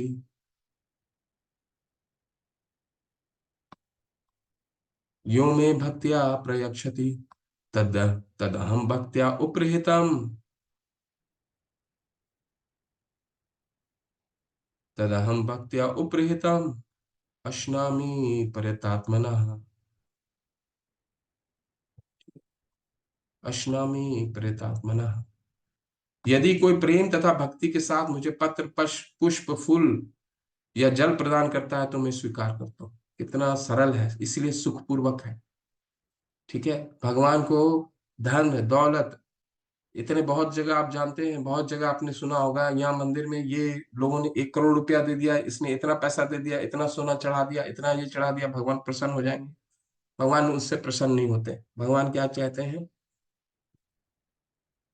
मुझे कोई पत्र है, किसी के पास पत्र है, कोई पत्ता दे दो। पत्र नहीं है, पुष्प तो होगा, वो भी मेरे द्वारा दिया गया है, पुष्प दे दो। पुष्प ही नहीं है। फल कुछ दे दो, फल नहीं है तो जल दे दो। कुछ तो है, इन चारों में से कुछ भी तुम्हारे पास है तो वो मुझे अर्पित करो। लेकिन अर्पित करने के लिए एक कंडीशन है। क्या कंडीशन है, इस श्लोक में बहुत महत्वपूर्ण है। भक्ति, भक्तिया और भक्तिया, 2 बार भक्ति का यूज हुआ है। भक्तिया और भक्तिया, और कोई भी शब्द अगर एक बार से ज्यादा यूज हो रहा है तो समझिए उसका महत्व कितना ज्यादा है। भगवान एक ही चीज चाहते हैं, हमारा प्रेम। भक्तिया उप्रेयतम, भक्तिया प्रयक्षति भक्तिया उप्रेयतम। भक्ति पूर्वक हम जो भी भगवान को अर्पण करते हैं, चाहे वो पत्र हो, पुष्प हो, फल हो, जल हो, सिर्फ हमारा मन में प्रेम होना चाहिए। ठीक है। हम भक्ति के सिर्फ प्रेम से ही हम भगवान को उनको अर्पित करेंगे, तब भगवान ग्रहण करते हैं। ठीक है। और इसके अगले श्लोक में भगवान बताएंगे कि अगर अनन्य भक्ति नहीं है, कोई बात नहीं, शुरू शुरू में तो अनन्य भक्ति नहीं होती, शुरू शुरू में वो भक्ति नहीं आ पाता, प्रेम नहीं आता पाता, तो हम अपने कर्मों के द्वारा कर सकते हैं। यत करोषि यत अश्नासि यत जुहोषि ददासि यत यत तपस्यसि कौन्तेय तद कुरु शवन मदर्पण। ठीक है, कोई बात नहीं, अभी तुम शुरू शुरू में शुरुआत कर रहे हो भक्ति की, तो तुम ऐसे शुरू कर सकते हो। कैसे, हे कुंती पुत्र, तुम जो कुछ करते हो, जो कुछ खाते हो, जो कुछ अर्पित करते हो या दान देते हो, जो भी तपस्या करता हो, उसे मुझे अर्पित करते हुए करो। जो कुछ कर रहे हैं उसे अर्पित करते हुए करो। इससे क्या होगा? इससे हमारी आसक्ति अपनी उन चीजों में कम होनी शुरू होगी। अर्पित करने का, अगर हम धन कमाते हैं तो उस धन को अर्पित करें पहले, और फिर क्योंकि भगवान के आशीर्वाद से ही हम धन कमाते हैं, तो सबसे पहले उनको अर्पित कीजिए, फिर उसका ग्रहण कीजिए, ये समझ करके कि उस धन के असली मालिक भगवान है, तो उनको पहले जाना चाहिए। फिर हमारे पास भोजन ग्रहण करते हैं तो उनको अर्पित करके कि स्वयं को, उनका उचिष्ट को खाना। तो ऐसे करने से क्या होता है? हमारी आसक्ति उन सब चीजों में कम होने लगती है, जिन सब चीजों से हमारी बहुत आसक्ति रहती है। धन से बहुत आसक्ति है, जीवा से बहुत आसक्ति होती है, तो तपस्या से बहुत आसक्ति होती है। तपस्या का क्या मतलब? हम पूरे साल मेहनत करते हैं, और जब हमें सफलता मिलती है तो उस सफलता का श्रेय भगवान को न देकर स्वयं को मानने लगता है, अरे मैंने तो इतना मेहनत किया था तभी तो मिला है ना। तो भगवान को अर्पित कीजिए, क्योंकि हमारा स्वस्थ रहना, हमारा अच्छा रहना भगवान हमें देखते हैं। ठीक है, तो भगवान को अर्पित करके अगर उसको करते हैं तो उसमें क्या हो जाता है? हमारी आसक्ति कम होने लगती है। आसक्ति जैसे ही कम होती है, हमारी भक्ति बढ़ने लगती, भक्ति बढ़ती है, तो वो स्टेज में आ जाते हैं जब हम भगवान को एक भगवान पत्र भी, फल भी, फूल भी और जल भी अगर हम भक्ति पूर्वक देते हैं तो भगवान ग्रहण कर लेते हैं। ठीक है, शुरू में तो हमको लगता है कि हमको 1 करोड़ रुपया देंगे तब भगवान प्रसन्न होंगे। दे दीजिए, कोई बात नहीं, भगवान कहते हैं यद करोषि, वो भी दे दीजिए। लेकिन एक समय ऐसा आता है कि हमारे में प्रेम विकसित हो जाता है, और हम भगवान को जानते हैं कि अगर प्रेम है हम, तो हम पानी भी देंगे, भगवान उसको उसको ग्रहण करेंगे। ठीक है, तो ये मिश्र भक्ति है, कर्म के द्वारा। ठीक है, शुभाशुभ फले एवं मोक्ष से कर्म बंधने संन्यास योग युक्त आत्मा विमुक्त माम उपैशसि। इस तरह तुम कर्म के बंधन तथा उसके शुभाशुभ फलों से मुक्त हो सकोगे। इस संन्यास योग में अपने चित्त को स्थिर करके तुम मुक्त होकर मेरे पास आ सकोगे। तो ये पिछले श्लोक का फॉलोअप श्लोक है, जिसमें भगवान बता रहे हैं अगर वो तुम जो भी कुछ कर रहे हो मुझे दान करते हुए करोगे, अर्पित करते हुए करोगे, तो अंततः उन सब चीजों से आसक्ति कम होने लगेगी, और तुम्हारी मुझसे आसक्ति बढ़ने लगेगी, प्रेम बढ़ने लगेगा। सम्मोहम सर्वभूतेषु। अब ये श्लोक बहुत इंपॉर्टेंट है। हमें लगता है ना कि भगवान किसी किसी पे बहुत ज्यादा कृपा करते हैं और किसी पे कम कृपा करते हैं। ठीक है, भगवान फेवरेटिज्म करते हैं, भगवान किसी पे फेवरेटिज्म करते हैं। इसके ऊपर उपलक्ष्य में भगवान बता रहे हैं ये श्लोक, सब प्रॉब्लम, सब संशय को दूर करते हैं हमारी। सम्मोहम सर्वभूतेषु न मे देशो अस्ति न प्रिय, ये भजन्ते तु मां भक्त्या मयि ते तेषु चाप्यहम्। बहुत सुंदर श्लोक है ये सब, सारे श्लोक इतने सुंदर हैं, वर्सेस इतने सुंदर हैं। मैं न तो किसी से द्वेष करता हूं, ना किसी के साथ पक्षपात करता हूं, मैं सबों के लिए संभाव हूं, किंतु जो भी भक्ति पूर्वक मेरी सेवा करता है वो मेरा मित्र है, मुझ में स्थित रहता है, मैं भी उसका मित्र हूँ। लेकिन उस पर कुछ ज्यादा ध्यान रखते हैं भगवान। हमें लगता है कि किसी पे ज्यादा फेवरेटिज्म करें भगवान की, इन पे बहुत ज्यादा कृपा, कभी कभी हम बोलते हैं ना भगवान इन पे बहुत कृपा की। भगवान के लिए सब संभाव है, लेकिन एक माँ के लिए तो सारे बच्चे संभाव रहते हैं ना, लेकिन जो बच्चा पूर्ण माँ की गोद में रहता है, पहले भी मैंने आपको ये उदाहरण दिया था, माँ की गोद में रहता है, वो पूर्ण रूप से माँ पे ही निर्भर करता है, तो निश्चित रूप से माँ का ध्यान उस पर विशेष रहता है। ठीक है, तो उसी तरह भगवान पे के भक्त क्यों, उन पे जो पूर्ण रूप से भगवान पे निर्भर करते हैं, वो भगवान उनको विशेष ध्यान रखते हैं। ठीक है, तो किसी पे फेवरेटिज्म नहीं है, संभाव रखते हैं, परंतु भक्ति करने पे विशेष ध्यान है भगवान का। ऐसे भक्तों से अगर कुछ गलती हो गई, अर्जुन का प्रश्न ये आता है कि अरे भक्ति करते करते मुझसे अगर कोई पाप हो जाता है, कोई गलती हो जाता है, तो क्या मैं आपकी भक्ति, आप मेरे को क्या मुझे क्या दंड देंगे, पेनलाइज करेंगे क्या? ठीक है, तो हमारे मन में आता है ना, अरे मेरे से ये गलती हो गई, ये गलती हो गई, ये भगवान उसके बारे में बता रहे हैं। भगवान बहुत दयालु है। ठीक है, अपि चेत सुदुराचारु भजते माम अनन्य भाग साधुरेव समन्तव्य समग व्यवस्थितो ही सहा। यदि कोई जघन्य से जघन कर्म करता है, किंतु यदि वह भक्ति में रत रहता है, उसे साधु मानना चाहिए, क्योंकि वह अपने संकल्प में अडिग रहता है। अगर किसी ने भक्ति में है और गलती से अगर उसने कोई उसे गलती हो गई, क्यों? क्योंकि वो भी वही कार्य कर रहा है, वो भी जीवोपार्जन के लिए, अपना धन कमाने के लिए जाता है, अपना जीवोपार्जन तो करना है। अगर पैसा नहीं कमाएगा तो भगवान के को प्रसाद कैसे देगा, भगवान के लिए सेवा कैसे, भगवान को सेवा कैसे कर सकता है? ठीक है, तो जीवोपार्जन कमाने के लिए उससे कुछ गलतियां हो सकती हैं, लेकिन भक्ति में दृढ़ है। जैसे अब मान लीजिए क्या हुआ कि एक बार प्रभुपाद जी, अब जब फॉरेन में थे, विदेश में थे, तो कई भक्त जो थे वो हाथ से खा करके, भक्ति में थे, हाथ से खा करके उन्होंने हाथ नहीं धोआ और वो कागज से पोंछ करके निकल गए। तो ऐसे ऐसे गलतियों को भगवान कहते हैं ये मेरा, इससे अगर गलती हो जाता है तो इनको साधु ही समझना चाहिए। लेकिन उसको साधु नहीं समझता है, समझना चाहिए जो ये जानते हुए, वो जानबूझकर गलती कर रहा है, पाप कर रहा है, तो वो दुष्ट है। ठीक है, तो गलती से अगर किसी से गलती हो जाती है, भक्ति से भक्त से, भगवान स्वयं कह रहे हैं साधु रेव समन्तव्य, उसे साधु समझना चाहिए। क्षिप्रम भवति धर्मात्मा शश्वत शांति निगच्छति कौन्तेय प्रतिजाना ही न मे भक्त्या प्रणश्यति। उसी का दूसरा श्लोक है। ठीक है, क्या कह रहे हैं? वो ऐसा व्यक्ति वह परम तुरंत धर्मात्मा बन जाता है और स्थायी शांति को प्राप्त होता है। हे कुंती पुत्र, निडर होकर घोषणा कर दो, मेरे भक्तों का कभी विनाश नहीं होता, भगवान के भक्तों का कभी विनाश नहीं होता।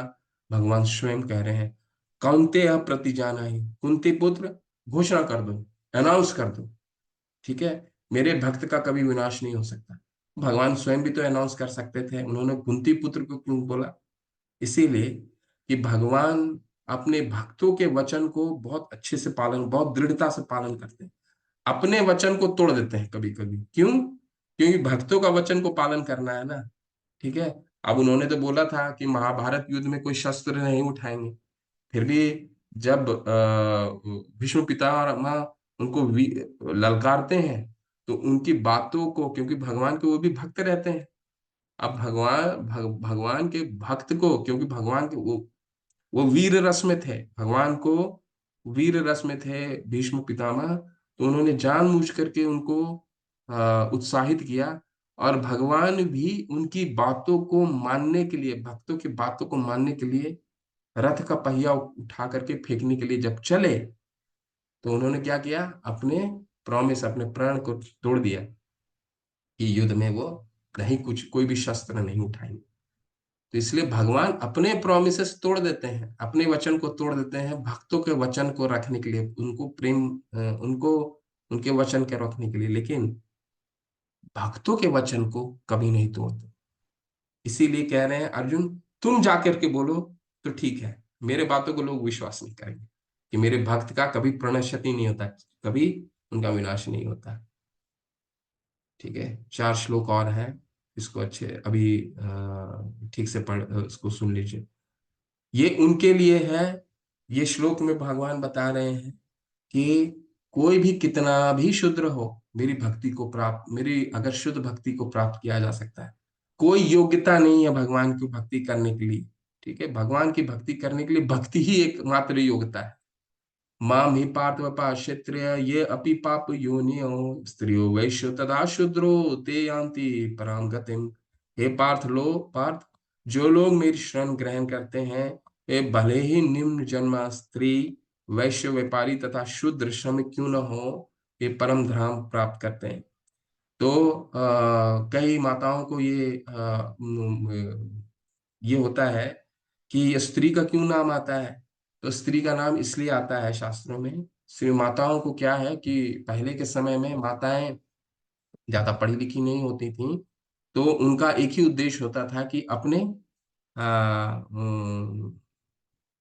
जिनसे उनका विवाह हुआ है अपने पति को अध्यात्म जीवन में अग्रसर करें, ऐसा ही शास्त्रों में वर्णन है। तो इसीलिए शास्त्र उनके लिए नहीं था, शास्त्र उनके लिए था, लेकिन वो उनके पठन में समय नहीं मिलता था उनको, क्योंकि घर के गृह का कार्य भी अपने आप में बहुत बड़ा कार्य है, बहुत इंपॉर्टेंट, बहुत अहम कार्य, तो उसमें ज्यादा थी। तो इसीलिए ऐसा कहा जाता है शास्त्रों में। परंतु इससे अ, उनके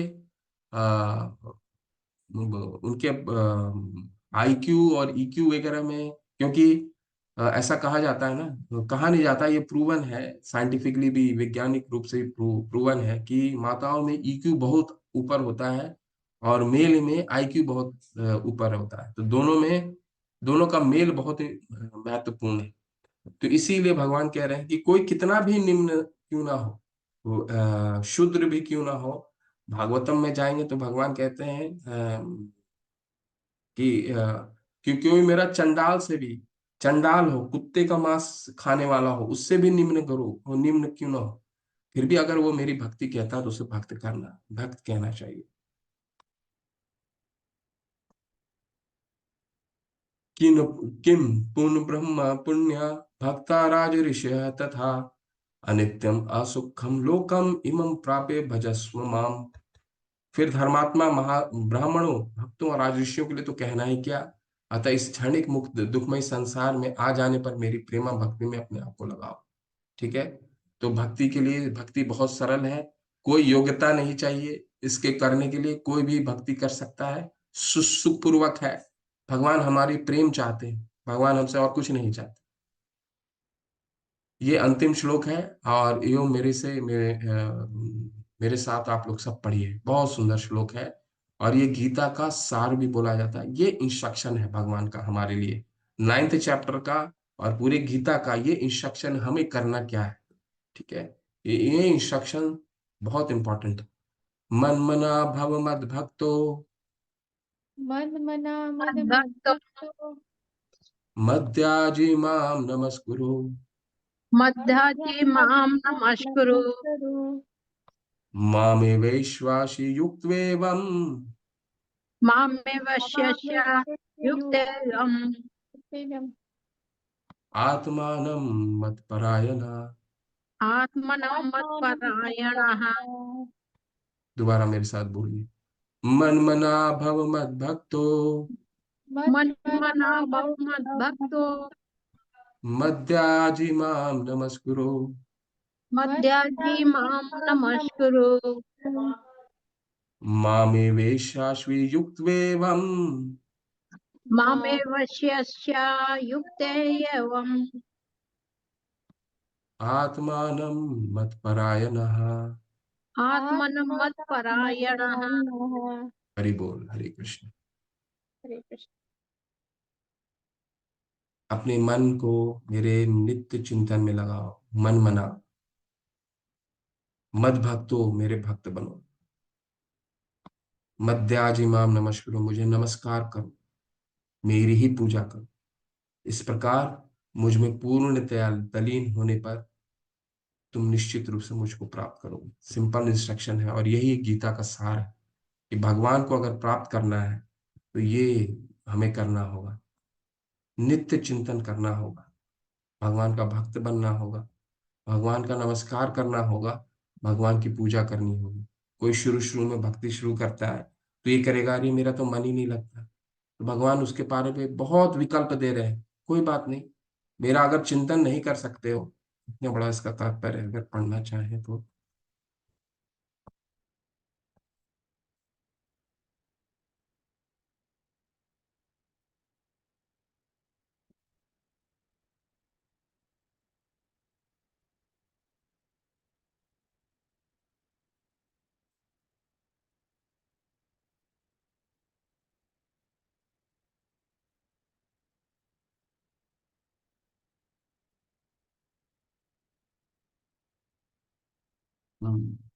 बड़ा है तात्पर्य इसका। ठीक है, मैं सार समझा देता हूँ आपको, आप लोग पढ़िए। मन मना, भगवान कह रहे हैं मन मना मेरे में चिंतन करो। हम भगवान, फिर हम तो नए नए भक्ति में शुरू कर रहे हैं, कैसे भगवान पे चिंतन तो हर समय नहीं कर सकते, करना बहुत मुश्किल है। भगवान कहते हैं कोई बात नहीं, मेरे मेरे अगर शुरू में मेरे पे मन नहीं लगा पाते, मेरे भक्त बनो। भक्त करने बनने का क्या मतलब है? भक्त बनने का मतलब है जो हमारे गुरु ने शुरू हमारी फॉर्मूला हमारे लिए दिया है, 16 माला का जप कीजिए, मंगल आरती अटेंड कीजिए, ठीक है। मंगल आरती अटेंड करने के बाद सुबह मॉर्निंग प्रोग्राम अटेंड किए मंदिर का, भगवान के भोग अर्पित कीजिए, शास्त्रों का अध्ययन कीजिए। ऐसा क्या होगा? ऐसे करते करते रहने से एक समय ऐसा आएगा, क्योंकि ये भक्त बनने का प्रोसेस है, फॉर्मूला दिया है हमारे आचार्यों ने। अगर ये एक समय ऐसा आएगा कि हम ऐसे ये प्रोसेस फॉलो करते करते करते करते हम भगवान पे हर समय चिंतन, फिर हमें अगर हमारा एक दिन या 2 दिन या 3 दिन या 4 दिन हमारा सुबह सुबह का मंगल आरती छूट भी जाता है, तभी भी भगवान को हम हर समय याद कर पाएंगे। एक समय ऐसा आता है, ठीक है। मेरा नित्य चिंतन अगर शुरू में नहीं हो पाया तो भगवान कह रहे हैं कोई बात नहीं, मेरे भक्त बनो, जो आचार्य ने फॉर्मूला दिया वो फॉलो करो। मेरे पास टाइम नहीं है, सुबह जाता हूँ रात को आता हूँ, रात को ऑफिस में इतना काम होता है, फिर रात को ही बैठता हूँ, ठीक है। तो भगवान कहते हैं ठीक है कोई बात नहीं, जाओ। अगर मंदिर में अगर रहता है, मंदिर जा पाते हो तो मंदिर जाओ, मुझे नमस्कार करो जहां मेरे अर्च विग्रह को देखते हो। क्योंकि अर्च विग्रह को हम नमस्कार करने से, भगवान अर्च विग्रह में क्यों आते हैं? भगवान कहीं भी आ सकते हैं, भगवान किसी भी, भगवान ये ग्रंथ में आ सकते हैं, भगवत गीता में आ सकते हैं, श्रीमद् भागवतम में आ सकते हैं, भगवान हर जगह रहते हैं। तो अर्च विग्रह में क्यों नहीं आ सकते?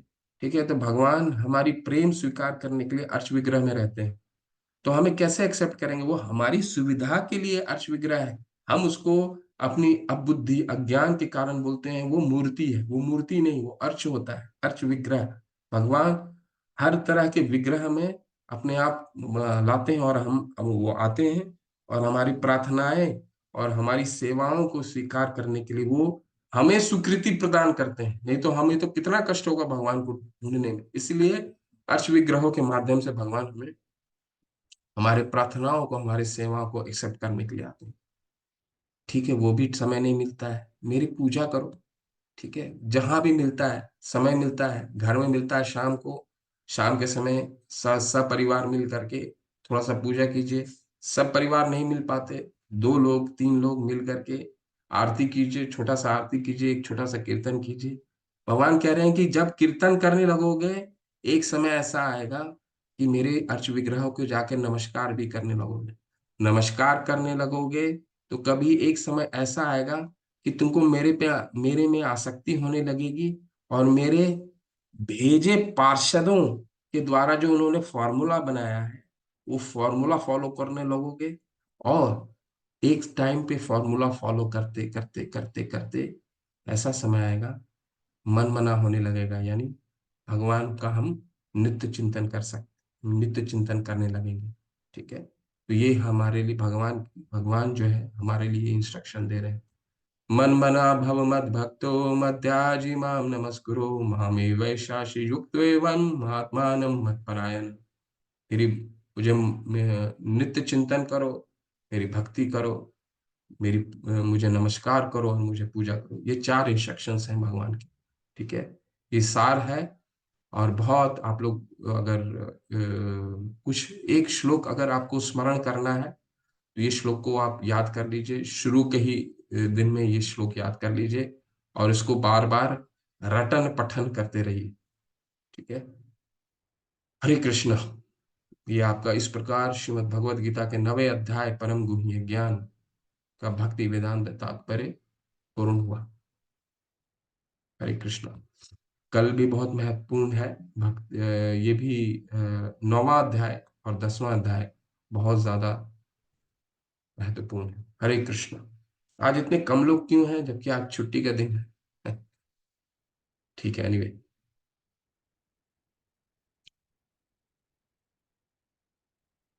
इन्हीं कोई प्रश्न करना चाहते हैं? आपका असाइनमेंट हो रहा है, कोई प्रश्न प्रश्न करना चाहते हैं?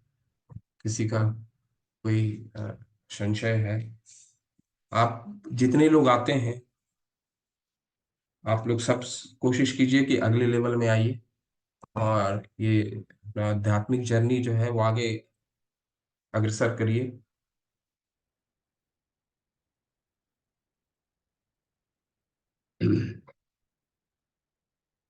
मैं आपको बताऊंगा कि और तीसरे लेवल में और कौन कौन से बुक्स पढ़ाए जाते हैं। 12वां अध्याय जिस दिन थोड़ा सा समय मिल जाएगा, 12वां अध्याय में श्लोक कम है, तो उस दिन मैं बता दूंगा और कौन कौन से बुक्स पढ़ने हैं। तो इसलिए असाइनमेंट्स को अच्छे से करिए, इसको जमा कर दीजिए समय के साथ साथ, क्योंकि भगवत गीता अभी हम 5 लेवल तक पढ़ते रहेंगे।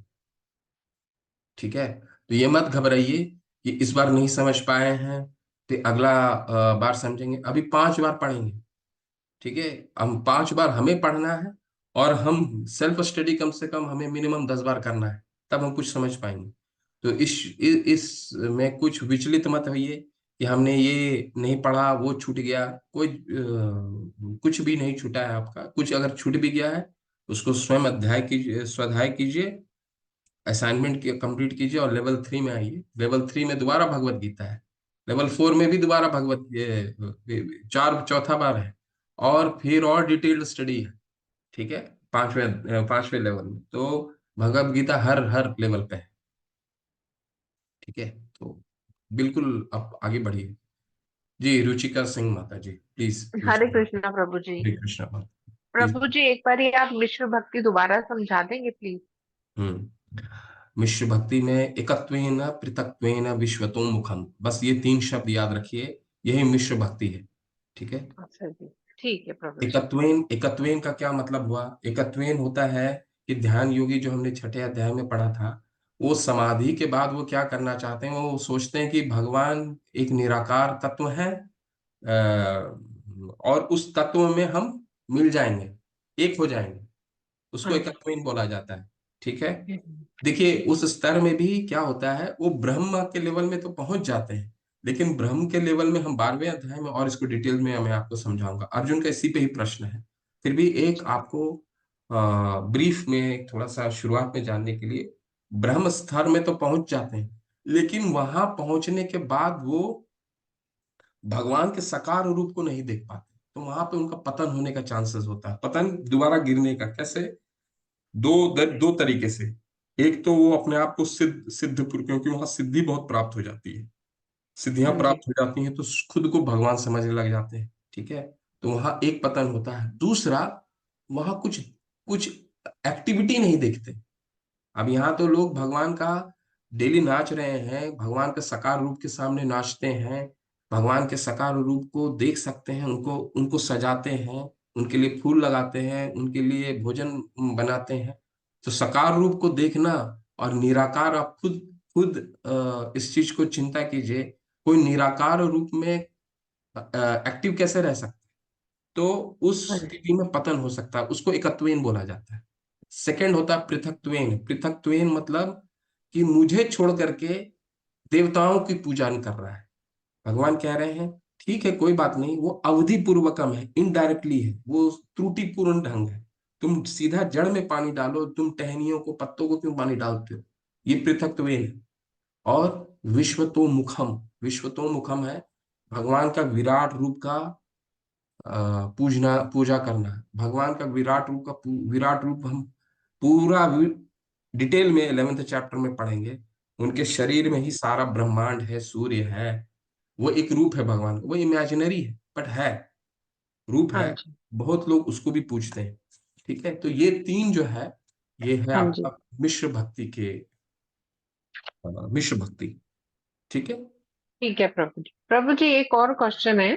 जी। आपने एक बताया था कि जो ब्रह्मा जी का एक दिन होता है वो 1000 दिव्य युग होता है, जी। और उसके बाद जब रात्रि आती है तो प्रलय होता है। जी। तो प्रभु जी एक दिव्य युग में ये हमारे सतयुग, त्रेता युग, द्वापर युग और कलयुग आते हैं। तो जी। 1000 युग में मतलब 1000 बार, मतलब ये चारों आते होंगे। जी। तो वो कैसे होता है, मतलब वो चेंजेस या कुछ कैसे उसमें डिफरेंशिएट होता है, कैसे पता लगेगा, मतलब हर बार मतलब अलग अलग चल रहा है टाइम, क्योंकि जी। प्रलय तो 1000 के बाद होगा। जी। जी बिल्कुल, आपका बहुत अच्छा प्रश्न है। देखिए, हम्म। ये जो एक युग है, इस हाँ ये जी। युग में एक युग में 43,20,000 साल का एक युग होता है, ठीक है। हाँ जी। एक जिसको चतुर्युग बोल रहा है, इस तरह 1000 चतुर्युग का ब्रह्मा जी का एक दिन होता है। मतलब ये हाँ सब जी। खत्म होता है, एक सतयुग खत्म होता है, कलयुग खत्म होता है, कलयुग खत्म होने के बाद दोबारा सतयुग शुरू होता है, ठीक हाँ है। जी। तो हम 28वें चतुर्युग में, 7वें मनवंतर के 28वें चतुर्युग में, 27वें चतुर्युग में भी कलयुग रहा होगा, और वो खत्म हाँ होकर जी। के इसमें सतयुग आया, सतयुग आया। और हम बहुत लकी हैं कि हम जिस युग युग में आए हैं, हाँ इसमें जी। महाभारत का रचना हुआ है। भगवान अच्छा। अपनी लीलाएं हर युग हाँ में अलग अलग तरीके से करते हैं। हाँ महाभारत जी। की रचना हमारे युग में हुई है। हाँ पिछले जी। युग में भी सतयुग रहा है, पिछले युग में भी द्वापर रहा है, सब युग रहा है, तो इस तरह हाँ होता है। जी।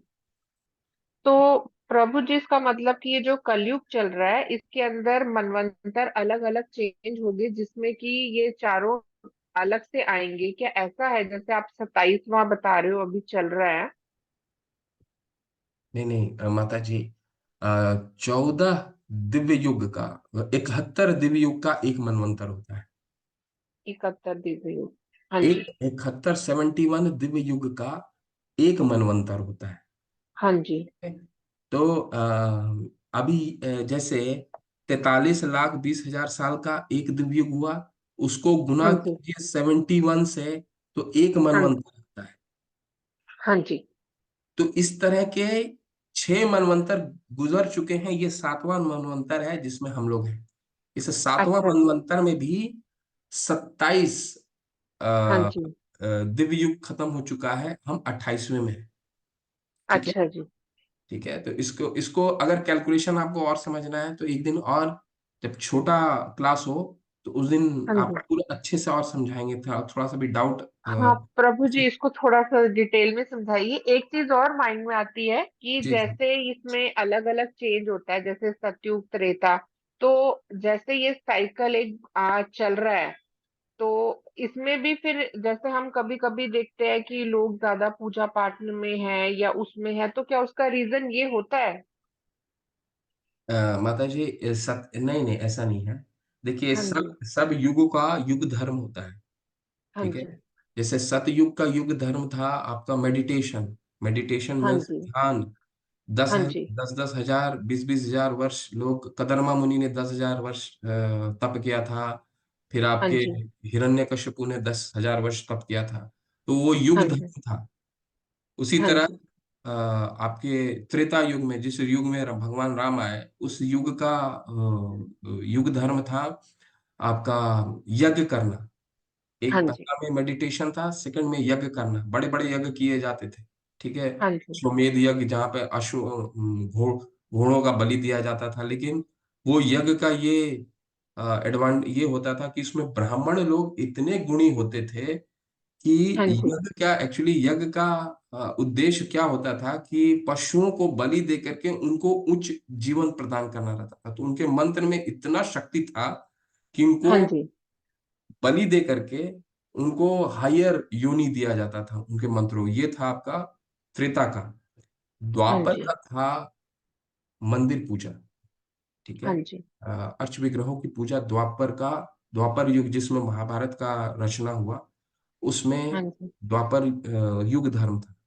कलयुग का युग धर्म है संकीर्तन, हरिनाम संकीर्तन, सिर्फ एक हाँ ही, जी। ठीक है। हाँ तो जी। हर युग का माता जी युग धर्म होता है।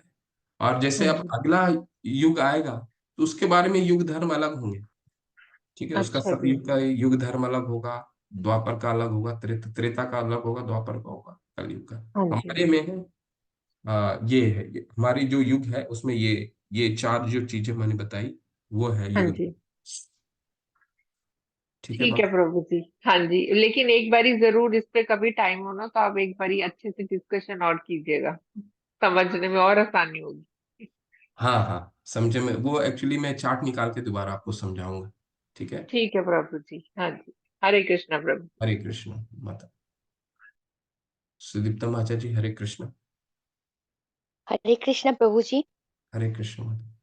प्रभु जी, उस दिन हमने कहा था ना कि मैंने ये स्टार्ट किया है, क्या कहते हैं उसको, कोर्स, मतलब क्विज स्टार्ट किया है, पर मैंने उसको मतलब स्टार मार्क करके नहीं रखा था। तो आज जब फिर से स्टार्ट करने गई तो मुझे मिला ही नहीं वो। तो फिर मैंने फिर से किया। उस दिन जैसे मैंने बोला था कि आपको मैं मुझे पूरा लेंदी आंसर लिखना पड़ रहा है, आज जब मैंने स्टार्ट किया मुझे एमसीक्यूज मिले। एंड मैंने एमसीक्यू ही बट था माता जी, मैं तो एक्चुअली देखा नहीं था। तो एमसीक्यू ही था। मैंने माता से भी, जो एडमिन है वसुधा माता जी, उनसे बात किया था। उन्होंने बताया एमसीक्यू है, लेंदी क्वेश्चन तो है नहीं। तो तो फिर पहले मुझे तो फिर वो कुछ और अलग मिल गया होगा। शायद शायद बिल्कुल बिल्कुल, शायद पुराना मैंने वाला कुछ शायद। और अलग कर लिया होगा। तो फिर वो कैंसिल, मतलब वो नहीं कर रही हूँ मैं। आप एमसीक्यू स्टार्ट किया मैंने, एंड मेरे 2 चैप्टर्स कंप्लीट कर दिए। हरी बोल, सब कंप्लीट कीजिए माता जी। जी, अगले पूरा लेवल कर पे लूंगी। जाना है ना। जरूर प्रभु जी, जरूर मैं जरूर कर लूंगी पूरा कोई कंप्लीट। भी अगर संशय रहता है, कोई क्वेश्चन अगर सॉल्व नहीं होता है, तो चर्चा कीजिए। अगर मुझसे भी सॉल्व नहीं होगा तो मैं अध्ययन करके अगले दिन आपको जरूर बताने की कोशिश करूंगा। जरूर प्रभु जी। हरे कृष्ण। उषा माता जी, हरे कृष्ण माता। हरे कृष्णा प्रभु जी। हरे कृष्ण माता जी। ये रिकॉर्डिंग कहाँ पर मिलेगी हर लेक्चर की? जी माता। रिकॉर्डिंग। रिकॉर्डिंग, अच्छा वो लिंक भेज रही हैं आपको।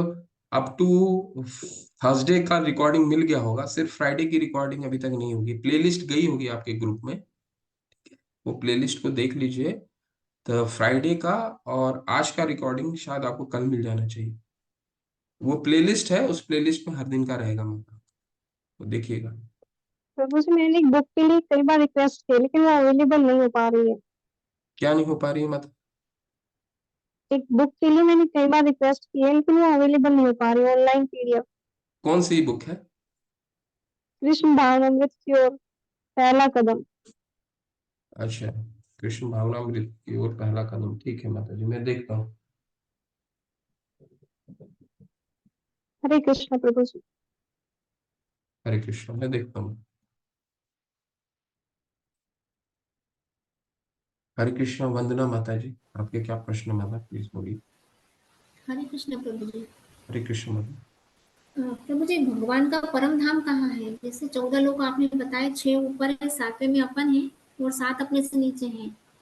तो भगवान का परम धाम कहाँ पर है? इनमें से है या कुछ और अलग है वो? नहीं नहीं, इससे ऊपर है, ये तो भौतिक लोक है माता जी। ये 14 जो लोक हैं, यहाँ हम जैसा जीव रहते हैं। नीचे में हमसे निम्न जीव रहते हैं, ऊपर हमसे और अच्छे जीव रहते हैं। और सबसे ऊपर का जो लोक है, वहाँ ब्रह्मा ब्रह्मा जी रहते हैं। ब्रह्मा जी भी जीव तत्व है, भगवान नहीं है। ये तो भगवान जी का परम धाम ब्रह्मा जी से भी ऊपर है या वही समझ में नहीं आया? ये 14 से ऊपर है माता, ये 14 से ऊपर है। उनका गोलोक धाम सबसे ऊपर है।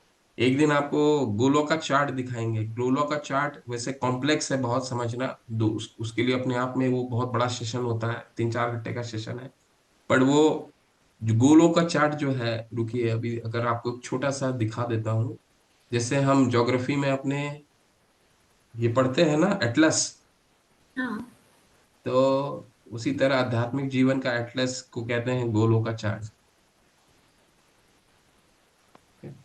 ये दिखाता हूँ एक आपको।